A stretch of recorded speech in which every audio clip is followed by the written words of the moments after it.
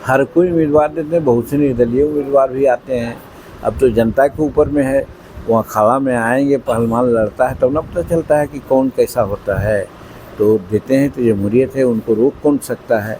लेकिन मैं समझता हूँ कि जो भी यहाँ चुनाव उपचुनाव होने वाले हैं, जिसका सीट रहा है, हम समझते हैं जैसे इमामगंज में हमारा हिंदुस्तानी अवाम मोर्चा सेकुलर निश्चित जीतेगा। बेला में आप देख लीजिएगा कि उलट होगी, यहाँ पर राजद की सीट है छिनाएगी, यहाँ जदयू के लोग लड़ेंगे और वहाँ पर हमारे एनडीए के कोई भी कैंडिडेट जाएगा वो जीतेगा। पनोरमा ग्रुप, जो सोचता है वो करता है। आपके अपने सपनों का आशियाना। नमस्कार, आप देख रहे हैं सिटी पोस्ट लाइव और मैं हूं आपके साथ हर्षिता प्रताप सिंह।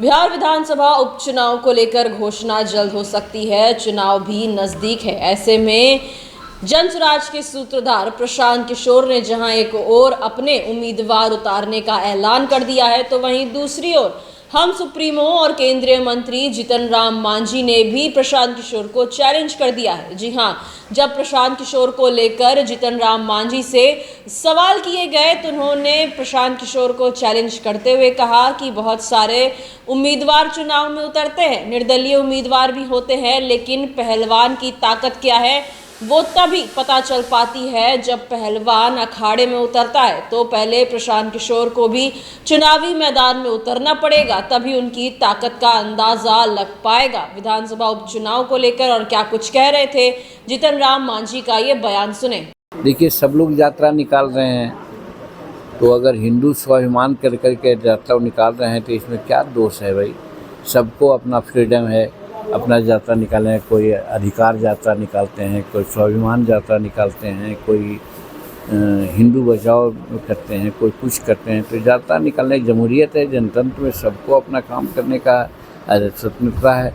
उसमें गिरिराज बाबू अगर कर रहे हैं तो गलत क्या कर रहे हैं, वो ठीक कर रहे हैं अपने आप में। सर, उपचुनाव नज़दीक है और दोनों विधानसभा में उपचुनाव होने वाले, ऐसे में अब जनसुराज भी दल बन चुकी है और जनसुराज भी अपना यहाँ पे दावा ठोक रही है, उम्मीदवार दे रही है। क्या लगता है?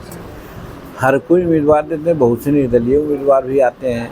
अब तो जनता के ऊपर में है, वो अखाड़ा में आएंगे, पहलवान लड़ता है तब ना पता चलता है कि कौन कैसा होता है। तो देते हैं तो जमहूरियत है, उनको रोक कौन सकता है। लेकिन मैं समझता हूँ कि जो भी यहाँ चुनाव उपचुनाव होने वाले हैं, जिसका सीट रहा है, हम समझते हैं जैसे इमामगंज में हमारा हिंदुस्तानी अवाम मोर्चा सेकुलर निश्चित जीतेगा। बेला में आप देख लीजिएगा कि उलट होगी, यहाँ पर राजद की सीट है छिनाएगी, यहाँ जदयू के लोग लड़ेंगे और वहाँ पर हमारे एनडीए के कोई भी कैंडिडेट जाएगा वो जीतेगा। इमामगंज से क्या हम पार्टी से भी उम्मीदवार आओ कौन रहेगा वहाँ, हम पार्टी को उम्मीदवार रहबे करेगा, इसमें कौन सकते हैं। केंद्रीय मंत्री गिरिराज सिंह हिंदू स्वाभिमान यात्रा पर निकलने वाले हैं। बिहार से उनकी ये यात्रा शुरू होकर देश भर में जाएगी, जिसको लेकर विवाद लगातार जारी है। विपक्ष का ये कहना है कि केवल आपसी सौहार्द बिगाड़ने का काम करते हैं गिरिराज सिंह, इसीलिए इस तरीके की यात्रा पर निकल रहे हैं।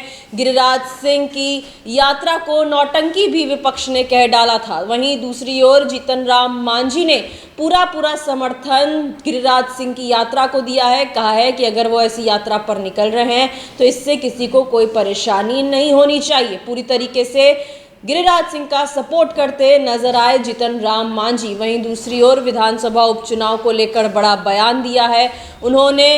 इमामगंज की सीट से तो ताल ठोक ही दिया है, वहीं दूसरी ओर बेलागंज की सीट जिसको लेकर आज भी जदयू नेता मंत्री अशोक चौधरी ने कह दिया है कि वहां से वो चुनाव लड़ने वाले हैं और भाजपा 2 सीटों पर चुनाव लड़ेगी। तो जीतन राम मांझी ने ये दावा कर दिया है कि जो बेलागंज की सीट है वहां पर उलटफेर होने वाला है, यानी कि राजद की कुर्सी जो है वो जदयू छीन लेगी। बड़ा दावा करते नजर आए जीतन राम मांझी, साथ ही साथ इमामगंज की सीट से ताल ठोक रहे हैं। वहीं दूसरी ओर प्रशांत किशोर को चैलेंज करते हुए क्या कुछ कह रहे थे ये भी हमने आपको सुनाया। फिलहाल इस खबर में इतना ही। आप आगे की खबरों के लिए देखते रहिए सिटी पोस्ट लाइव। धन्यवाद।